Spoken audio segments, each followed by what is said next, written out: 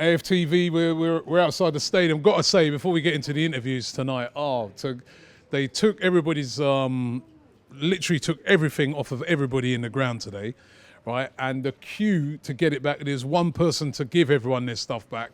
Absolutely horrendous. But we're here. It's pouring with rain as it's been doing all day.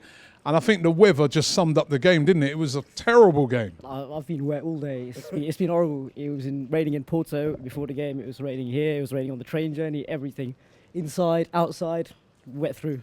But yeah, not what you expect in Portugal. Yeah, and the game. It's going to be nice and sunny. Yeah, that's why I came out right now. Like, and the game mirrored the weather, didn't it? It was terrible. It was a really, really poor performance. There's still no creativity whatsoever. I think the players that were picked, again, 5 at the back with 2 defensive players in front, just simply doesn't work. I don't understand. Was it 5 at the? Well, it was supposed to be a 3 at the back, but it 2 wing backs. But I mean, yeah, okay, Tierney. Once got forward, did they? Maitland-Niles was terrible. Maitland-Niles was. I feel bad for him because you know he's an academy player coming through, but he was awful. And in front of him, Pepe, I think, is probably one of his worst games that he's had in an Arsenal shirt. I think it was really, really bad today. But the main thing is the creativity. I think that one shot. I think our last 8 goals, only 2 have come from open play. We seem to not be able to get into the box. I think there was one pass we made into the opposition box today in the full 90 minutes. That was it. There's nothing behind the front 3. Absolutely nothing. What is it? Because we can all see that we've got the players. You know, a lot of the players that we've been saying we want to see play. Ceballos was playing out there today. You've got Pepe playing there. Lacazette came on later on. I don't even think he touched the ball. Why is it that all of a sudden we are just not creating anything?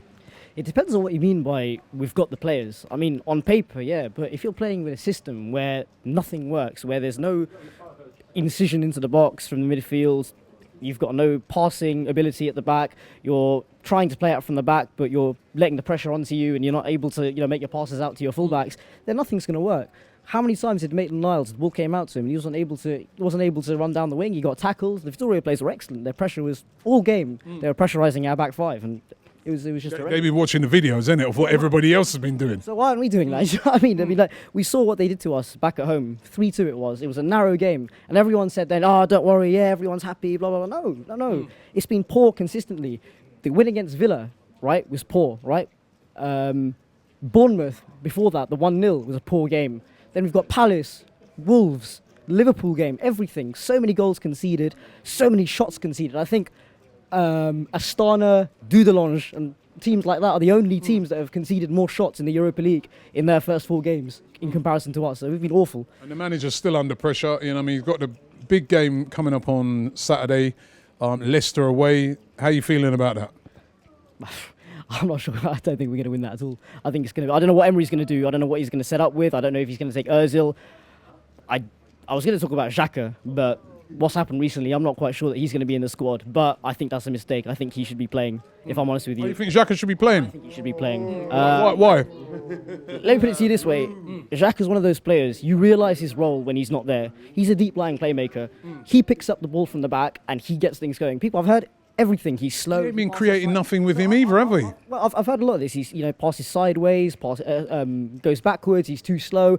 Playing with the wrong players, playing with Guendouzi. I've heard everything. But the only person that actually starts making passes from the wing, right? Unless Guendouzi and Torreira are forced out wide, the only player that actually makes any passes, apart from Ceballos, of course, they're further up from the back, is Xhaka. He's the only person that tries and gets the ball out wide. You think he'll be back? Hits it over the top. You reckon he'll be back in for the weekend? Or do you think with the fact that they stripped him in the captaincy now, we might have seen the last of him? I hate to say, but I think we've seen the last of him. I hope that's not true. I really hope that's not true. Because it's games like these where we come here with nothing in the midfield that we realise that we need people like Xhaka, we need people like Ozil, right? We were crying out for Mustafi a couple of games ago because, whatever. Look, I mean, he didn't have a great game, but he scored, you know what I mean? I mean, it's swings and roundabouts. So I hope that Emery, he's made his point. He stripped him of the captaincy, right? And one thing that I want to say for Arsenal fans, Xhaka made his statement, he made his apology, Unai Emery stripped him of the captaincy, everything on his part is done, but I also think that we as fans need to apologise too for our part in the booing and the jeering and the sort of sarcastic way in which we were cheering him being substituted off. Because I've heard a lot of people say that actually what happened initially was that he was walking off slowly. But as soon as his name came up on that day on the board, everyone started jeering in all parts of the ground. And I think that he's been a bit hard done by. again, I'm not saying that, you know, he should be taking off his shirt in the way he should and whatever, but the point's been made. The captaincy's gone. He's not been ousted from the squad. Another one. We can't keep doing this to our players. And as fans, we can't keep on booing every single person that has a couple of bad games. Even today, some of the infighting in the crowd. There were some people, you know, someone was filming on his phone, right, a couple of things, and you've got someone shouting behind him, having a huge go. And I'm just like, what's going on? I mean, we're all together. We've all come out. We're all wet. We're all soaking, watching shit football. What are you getting upset at your own fans for? So, same with the players. They seem to always have a go at the players. It's a toxic thing. It happened to Ramsey. It's happened to Bellerin. It's happened to Xhaka. It happened to Wenger at Stoke, right?